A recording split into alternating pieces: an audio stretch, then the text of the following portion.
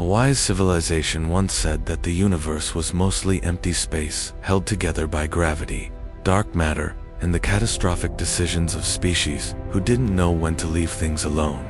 They were wrong. The universe was held together by warnings, bright, glowing signs politely urging anyone with a shred of common sense to turn around before they melted, imploded, or otherwise regretted existing. And among all these warnings, no collection was more famous than the 43 forbidden radiation zones, each marked with a universal symbol meaning, do not go here, not for treasure, not for science, not even on a dare. For 6,000 years, every sane species obeyed, and then one Thursday, because bad news preferred. Thursdays, the Galactic Hazard Monitoring Committee discovered that someone had built a shopping mall in one. Inspector Thrike's Voon. Demochat stared at the screen in front of him. A screen that had never lied before, and was unlikely to start now. It displayed Zone 38, once an expanse of pulsing, universe-cooking radiation, and overlaid on it were unmistakable human structures, residential blocks, shopping centers, roads, and something his translation system kept insisting was a golf course. Though no one on his homeworld had any idea what that meant.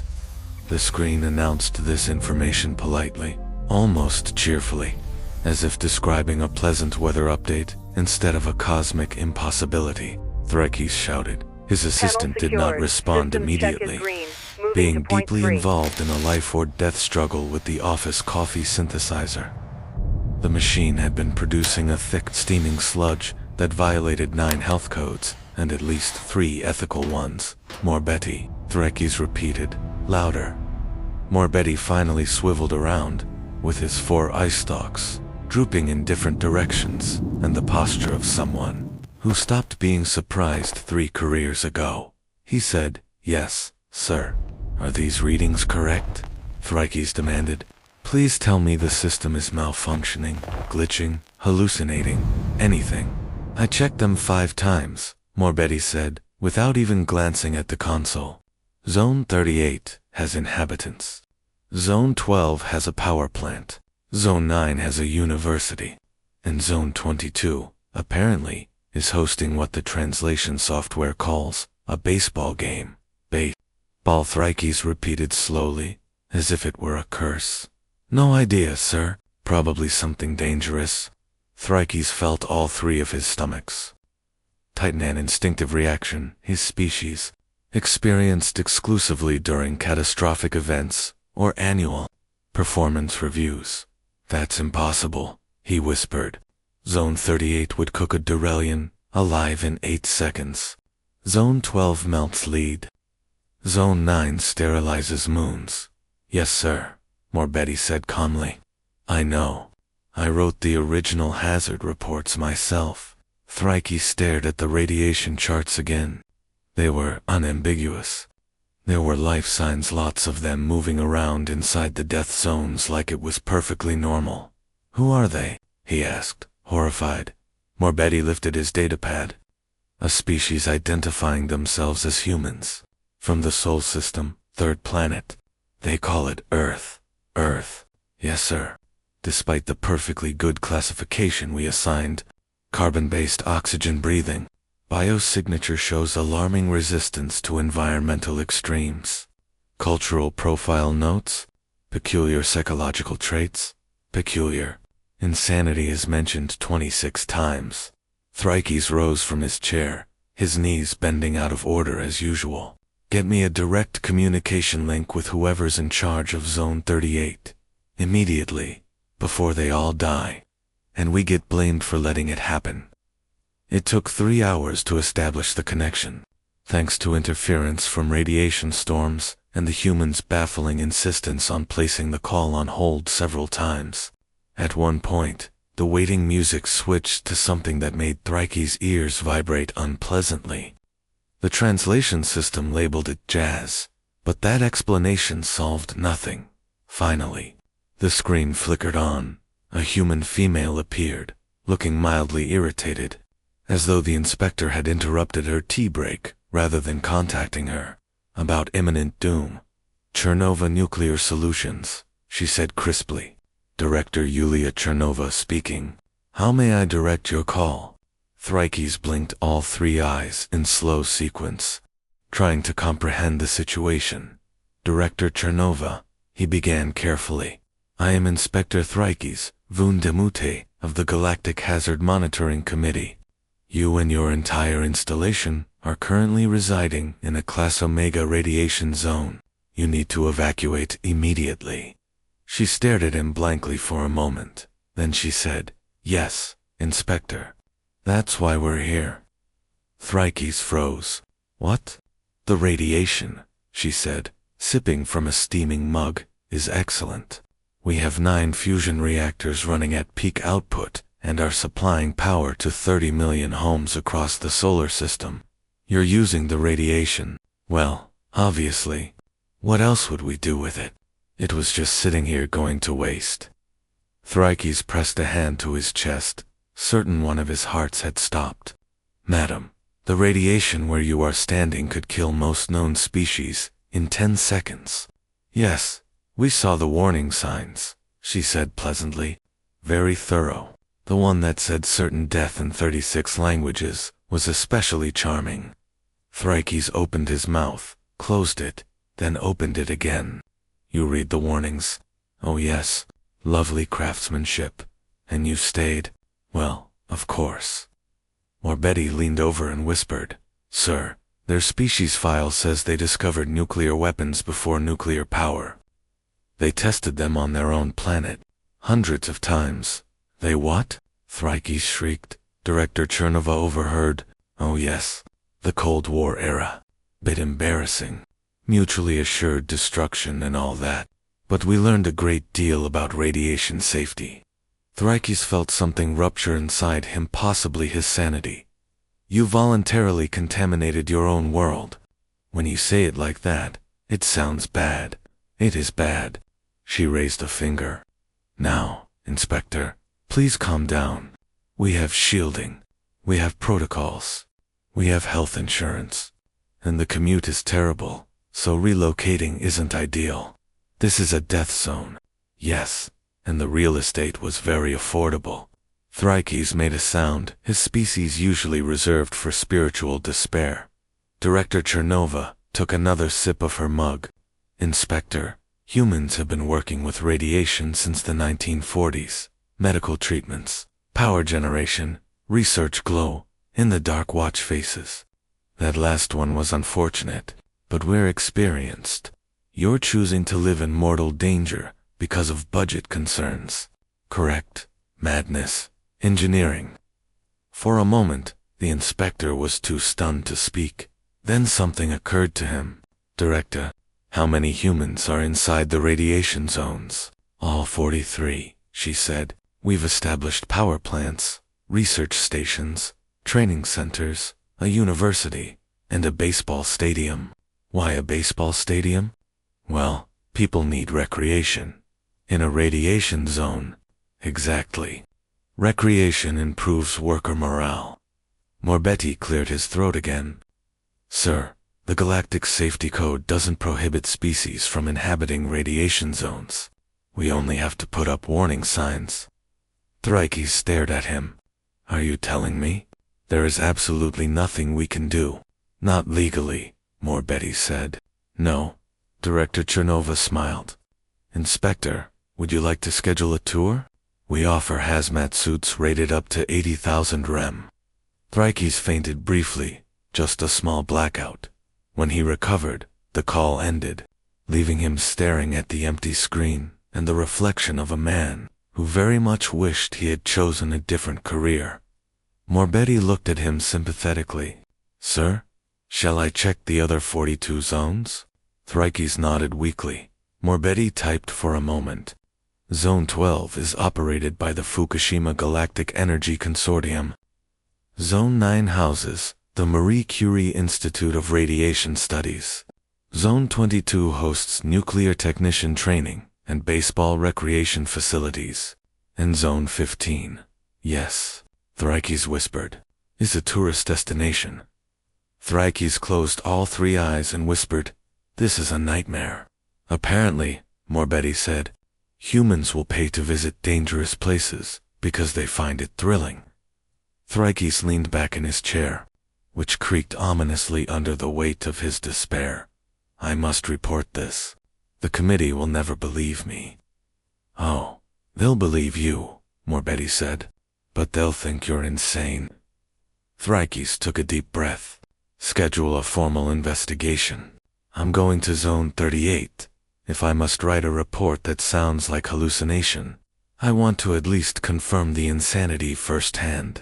Morbetti blinked all four eyes sympathetically.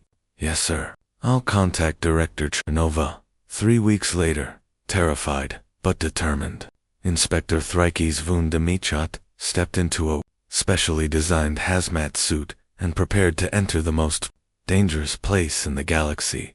He had no idea that this would be the beginning of the strangest chapter of his life, a journey that would change galactic policy, interspecies relations, and perhaps the future of engineering itself. But first, there would be radiation, a lot of radiation, and humans, the most dangerous combination imaginable. The shuttle ride to Zone 38 was an experience. Inspector Thrikes von Demichat would later describe in official reports as deeply inadvisable and in private conversations as a screaming descent into metallic doom. Radiation levels rose so sharply on the monitors that his suit began vibrating in, warning softly at first, then insistently, then with the frantic rhythm of a creature begging for survival. The human pilot, Lieutenant Ramos, did not seem concerned. She whistled a cheerful tune as the shuttle navigated through sheets of ionized particles that looked like angry stellar ghosts. Human music, Thrikes noted with despair, seemed far too upbeat for impending disintegration. First time in a hot zone? Ramos asked, casually flipping switches that changed the color of the radiation shielding from orange to a violently optimistic shade of blue. Double quotes, yes. Thrikes managed, and hopefully my last. Oh, you'll be fine. Radiation's like the weather, mostly harmless, as long as you don't take your suit off. She grinned as if this were hilariously obvious. The first time I came down here, I was sweating bullets. Thought my bones were going to glow. Glow, Thrikes squeaked. Double quotes. Well, they didn't, she said, laughing. Probably. The shuttle lurched as a spike of radiation hit the hull. Alarms chirped briefly before shutting themselves off, as if exhausted by the constant crisis. The cockpit lights dimmed, flickered, then stabilized. Ramos hummed louder. Thrikes clutched the armrests. Why are we doing this? The readings indicate lethal radiation. That's why we built shielding, Ramos said matter-of-factly. Besides, we run this route 3 times a week. Usually only a little turbulence. The universe outside blazed with light irradiation. Storms created curtains of luminous particles that rippled across the void, glowing teal and violet like the auroras of doomed worlds. Humans, apparently, found the view pretty. Look there, Ramos said, pointing. Those magenta streaks gorgeous today. You caught a good one, Inspector. I don't want to catch anything. He wasn't sure, but he suspected she winked behind her helmet. The facility rose from the planet's damaged crust like a fortress forged from stubbornness and steel. Massive concrete structures, gleaming reactor domes, towers bristling with antennae. Arrays, all of it defied the radiation, humming through the air like an angry god.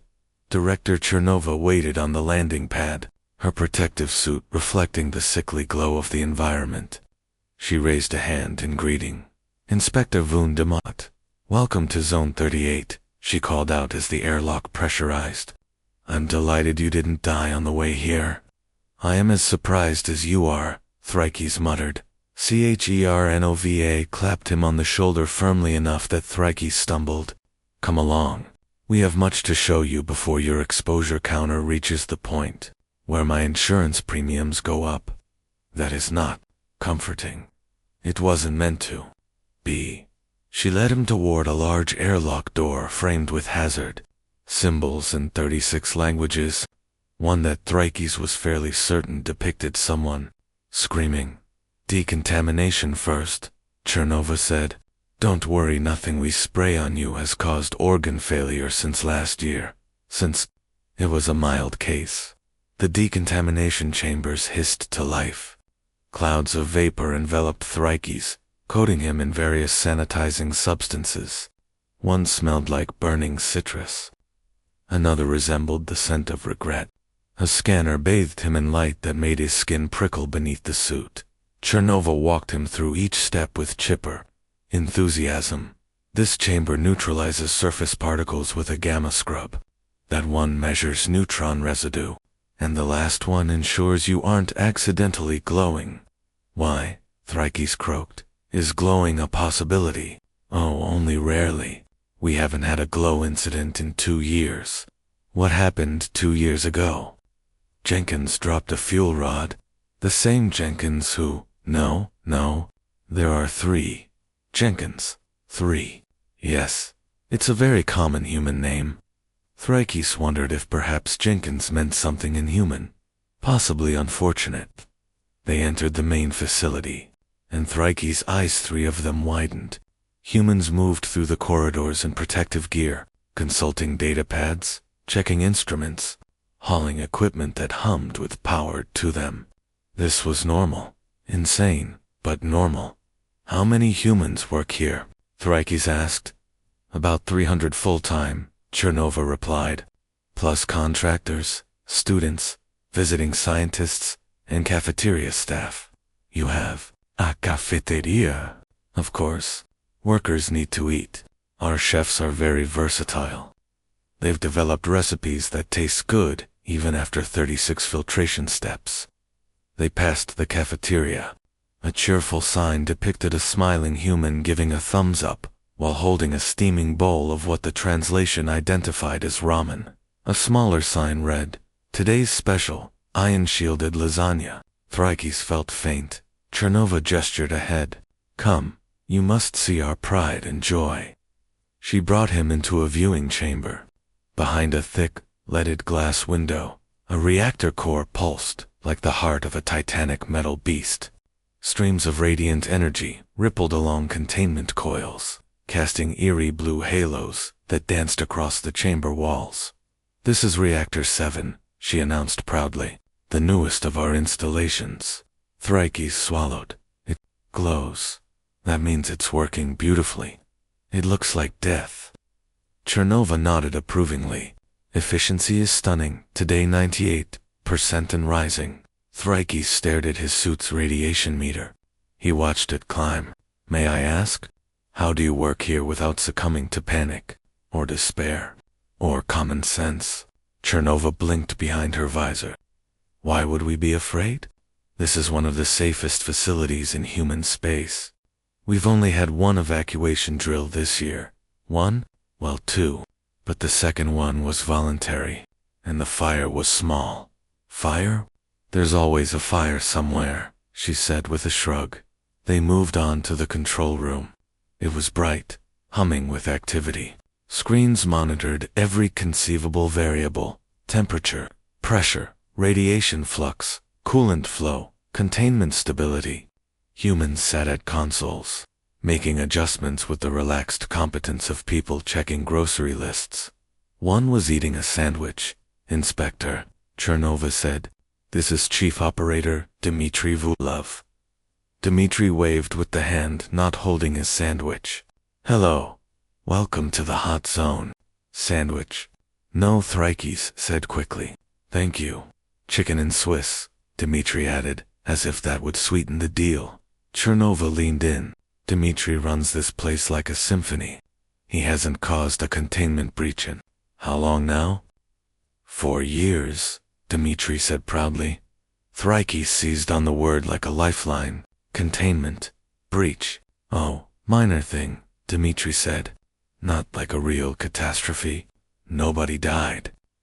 Jenkins broke an ankle, trying to run in the wrong direction. Which Jenkins? The clumsy one, of course. The tour continued for hours. Thrikes saw humans doing things he had never imagined, repairing glowing machinery, monitoring unthinkably high radiation levels, discussing reactor physics while casually drinking from insulated mugs. They treated death like a mild inconvenience. Humans were not fearless, he realized. They were something far stranger. They were determined. By the time the tour ended, Thrikes felt simultaneously enlightened, horrified, and slightly nauseated. Director Chernova escorted him back to the shuttle pad. "Well, Inspector," she said, "I trust you've seen enough to be reassured." Thrikes stared at her. He wondered how to express everything he had experienced. The terror, the awe, the overwhelming sense that humans were not merely reckless, they were something entirely new. "I have seen many things," he said carefully. "That's good," Chernova replied. "Seeing things is the first step to understanding them." There was a long silence. Finally, Thrikes asked, "Why? Why do you do this? You could work anywhere. You could build on safe worlds. Why choose danger?" Chernova looked back at her facility, the massive, glowing testament to human defiance, and she smiled. "Inspector, radiation is just a problem waiting for someone stubborn enough to solve it. Humans have been solving problems since the first time a storm tried to kill us. We don't run from danger. We engineer around it. And once we've engineered around it, we build something useful, something powerful, something that makes life better." She offered her hand. Thrikes shook it with one of his four. "Besides," she added, "the pay is excellent." The shuttle lifted off. AS Zone 38 shrank beneath its reactors, glowing like the eyes of slumbering Titans. Inspector Thrikes realized with dawning horror that he would have to write a report about all of this, and worse yet, the Galactic Committee would make him defend it. He was doomed. The return trip to normal space felt longer than the descent. Even though the shuttle's chronometer insisted it was precisely the same duration. Time, Thrikes decided, behaved differently when one was traveling away from insanity rather than toward it. Each minute stretched, heavy with the burden of replayed images, glowing reactors, laughing humans. Hazard signs treated as decor. Lieutenant Ramos was whistling again. "You'll miss it, you know," she said conversationally. "I most certainly will not." "Oh, sure you will," she said. "First time's always rough. By the third or fourth visit, you start to find it comforting." Comforting.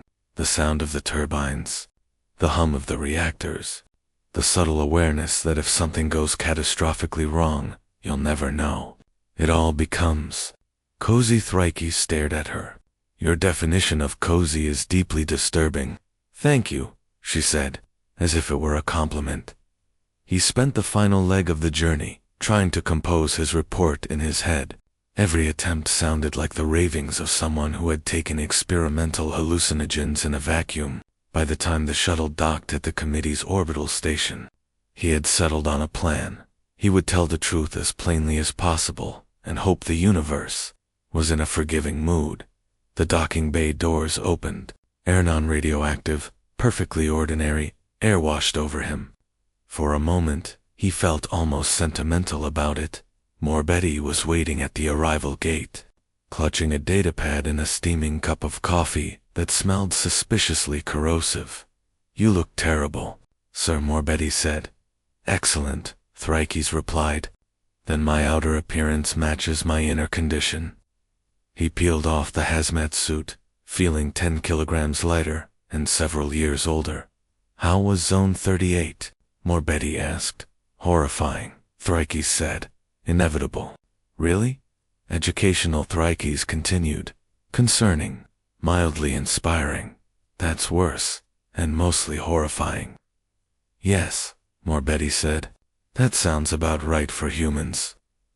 They walked through the clean, quiet corridors of the station. No hazard symbols. No emergency monitors screaming about lethal REM levels. Just bureaucrats shuffling past with datapads, and the faint background noise of bureaucracy grinding forward. It felt unreal. "Anything happen while I was gone?" Thraikes asked. A few minor things, Morbetti said. Zone 15's tourist resort officially opened. They're advertising it as the most radiant vacation of your life. Radiant, Thraikes repeated dully. They sell souvenir radiation exposure certificates, Morbetti added. Framed. Of course they do. Zone 29 was purchased by a company called Thorium Dreams Incorporated. They're building a next-generation breeder reactor. I looked up what that entails. I regret this decision, and I needed a nap, Morbetti said. Thraikes sighed. Any good news? Your coffee machine stopped producing toxic sludge. That is arguably the best news I have heard this month. They reached his office. His chair, ergonomically questionable, but familiar, creaked as he sank into it. The blank report template glowed on his desk screen, waiting for him to ruin his own reputation with honesty. Morbetti hovered near the door. The committee chair has scheduled a hearing. Tomorrow. Tomorrow. Yes, sir. Apparently several other inspectors have filed reports about humans in dangerous locations doing things they shouldn't be able to do. There's growing concern. Thraikes rubbed his temples. Right? Of course. Naturally, this is a pattern, not an isolated incident. Why would the universe ever give me the mercy of an isolated incident? He looked at the empty report field. After a long moment, he began to type. The committee chamber looked like a monument to caution. 53 species sat arranged in a circle, each delegate surrounded by a shimmer of personal environmental fields and guarded by stacks of procedural documents. The walls carried engraved quotes about safety, responsibility, and the importance of avoiding unnecessary risk. Thraikes had always found the chamber reassuring. Today, it felt like a trap. The chair, Sorvax of Raxia, tapped her ceremonial stone on the table. The sound resonated across the chamber. Sound evolved over centuries to make people feel they had done something wrong. Inspector Thraikes Vundamichat, she intoned. You claim that the human species has established permanent installations in Class Omega radiation zones and is actively utilizing them for industrial, educational, and recreational purposes. Is this correct? Yes, Chair, Thraikes said. They have facilities in all 43 zones. A murmur passed through the chamber. Some species shook their heads. Others twitched in instinctive horror. One fainted delicately into a portable oxygen field. Sorvax fixed Thraikes with a tired, penetrating gaze. Explain. Thraikes activated the display. Images from his visit appeared. The reactor, the control room. Human workers walking casually past hazard signs. The cafeteria that proudly advertised its ability to serve meals that hardly glow at all. Humans do not consider these radiation zones to be hazards in the way we do, he said. They consider them resources. They have developed technologies to shield themselves, harness the radiation, and convert it to usable energy. They have strict protocols, intensive training, and he swallowed a very particular cultural relationship with danger. Particular? Asked a Durelian delegate, her voice quivering slightly. Their species file documents multiple eras in which they knowingly exposed themselves to dangerous radiation levels, Thraikes said, often on purpose. For testing, for weapons research, for medicine, for curiosity. Madness, hissed a Valaxian ambassador, his crest flattening in disgust. We must forbid this. We must evacuate them from the zones at once. We cannot, Thraikes said. There is no regulation preventing species from inhabiting marked hazard zones. Our laws only require that they be clearly indicated. We have done so. Humans have chosen to ignore the warnings. Then we must create new regulations, the Valaxian insisted. Respectfully, Thraikes said, that may be counterproductive. A Quelthian tentacle lifted. On what grounds? Morbetti, seated near the back as support staff, raised one of his eye stalks. Sorvax noticed. Assistant Morbetti, she said. You have something to add? Yes, Chair, Morbetti said. I have been studying human responses to authority directives. A few delegates winced. That already sounded ominous, Morbetti continued, in their dominant language. There is a phrase, hold my beer and watch this. It occurs frequently in their cultural records. What does it mean? Asked Sorvax. It roughly translates to, Morbetti said, consulting his datapad, you have doubted my capabilities, and I shall now do something inadvisable to prove you wrong. The chamber was quiet for a long moment. You're saying, Sorvax said slowly, that if we forbid them from entering radiation zones, they will do it more. Yes, Chair Morbetti replied. The data strongly suggests that attempts to restrict dangerous behavior often increase their determination. A prohibition may produce the opposite effect. Humans are highly oppositional when challenged. Thrikes added, softly. They went to their own moon, partly because someone said it might be impossible. The chamber rippled with discomfort. Sorvax tapped the stone again. If we cannot forbid them, and cannot ignore them, what do you propose we do, Inspector? Thrike swallowed. His report had reached a conclusion he still found unsettling. But truth did not care about comfort. I propose we accept their presence, he said, and treat it not as a hazard, but as a resource. Shock hit the room like a silent explosion. A resource, repeated a Jarelian delegate, her crystalline tendrils quivering. You mean to use them? To work with them, Thrikes clarified. They can operate safely where we cannot. There are elements, isotopes, and rare materials that exist only in radiation zones. We have written them off as unreachable. Humans have not. There was a pause.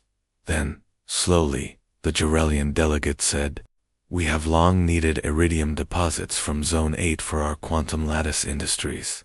Our probes cannot survive the conditions. Are you suggesting? Humans could retrieve it? Yes, Thrike said. They already are, in similar environments. A Jarelian leaned forward, eyes gleaming. We require particular actinides for our medical reactors.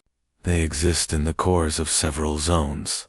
If humans could access them, our treatment capacity would increase tenfold.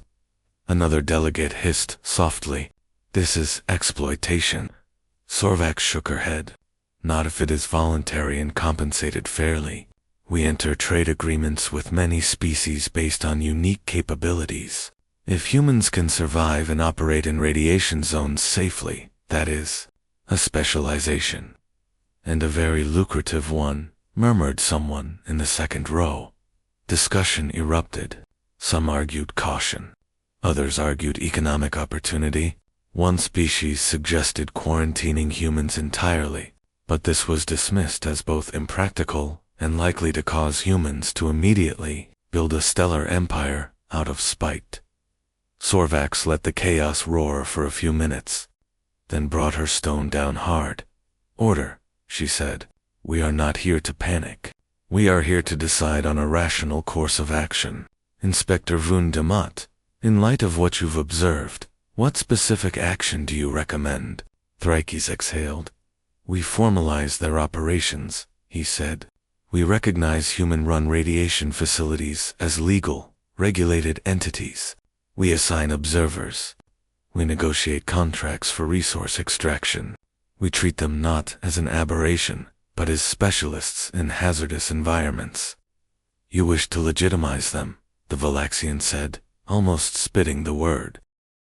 A joint mining operation in Zone 8, Sorvax replied. Humans will provide engineering and labor. The Duralian Mineral Consortium will coordinate logistics. You will act as galactic observer to ensure safety compliance. Thrikes closed his eyes briefly. And if I refuse? Sorvax smiled in a way that suggested she had dealt with many refusals and outlived them all. Then we will assign someone less experienced, she said. And if something goes wrong, it will be partly your responsibility for knowing more and doing less. It was, Thrikes thought bitterly, an unfair argument. It was also correct. He straightened his shoulders. Fine. I accept. but I want a written guarantee regarding hazard compensation and long-term medical support. You'll have it by the end of the day, Sorvax said. Try not to die. The paperwork would be appalling. Morbetti met him outside the chamber. You agreed? Morbetti asked. Yes. I see, Morbetti said. I'll prepare your radiation exposure log templates. Threekis paused. You're not going to try to talk me out of this? No, sir. Humans already exist. Cannot be helped. It is better we remain nearby to witness the damage. Also, your salary increase will slightly raise my pay bracket as your senior assistant. Threekis squinted at him. You're disturbingly practical. Thank you, sir. 3 months later, Inspector Threekis Vun Damatut stood on the threshold of Zone 8, watching as humans and Durelians shook hands in front of a jagged, shimmering horizon of lethal beauty. The joint operation was called Atomic Resources Unlimited. The human CEO, a woman named Okoye, with an easy smile and a degree in nuclear engineering and, apparently, a hobby of ignoring sensible fear, raised a glass of champagne. To profitable partnership, she declared, her voice carrying over the radiation-hardened loudspeakers. To not dying, added the Duralian representative, gripping his glass with trembling claws. You wish to legitimize them, the Volosian said, almost spitting the word. They are already there, Threekis replied. Legitimizing them changes nothing about the reality, but it gives us a framework to interact with them.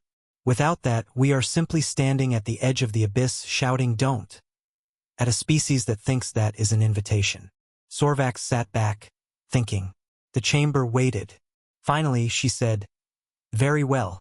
We will vote on whether to pursue formal cooperation with human radiation operations. But if we do this, we will need a liaison. Someone who understands both human methods and our safety standards. Someone who has seen their operations firsthand. Threekis' 3 stomachs clenched. No, he said immediately. Yes, Sorvax said calmly. You? Absolutely not. I just returned. I have residual trauma. I heard jazz. You are the only inspector to have completed an in-depth on-site evaluation. You have established rapport with one of their key directors. You have written the most comprehensive report we possess. I also screamed into a pillow for 20 minutes last night. That suggests you understand the gravity of the situation. I refuse. We'll increase your salary by 40%, Sorvax said, plus hazard pay, plus a pension supplement upon completion of the assignment. Threekis opened his mouth to say no. Instead, he heard himself say, How long is the assignment? Initially, you will oversee a single joint project, Sorvax said smoothly. If it succeeds, we can review further involvement. Threekis thought of Director Chernova's unflinching gaze, the gleam of Reactor 7, the staggering radiation readings. He thought of his modest apartment, his modest savings, and the fact that the committee's pension program did not consider emotional damage a qualifying disability. What is the project? He asked warily. To not dying, Okoye agreed cheerfully. I'll drink to that. Threekis stood behind them in his new, customized hazmat suit, the word observer printed in 6 languages across the chest. He scanned the horizon, the glowing skies, the jagged rock formations emitting heat and invisible death, the spires of shielding and equipment, and thought, not for the first time, that civilization might have gone collectively mad. But the humans were calm. The Durelians were determined. And somewhere deep inside his radiation suit, under layers of shielding and anxiety, a tiny flame of reluctant curiosity began to burn. Perhaps, he thought, this would not be the last time the galaxy watched humans stroll into certain death and come back with a business plan. He suspected that was going to be a problem, but also, inconveniently, an opportunity.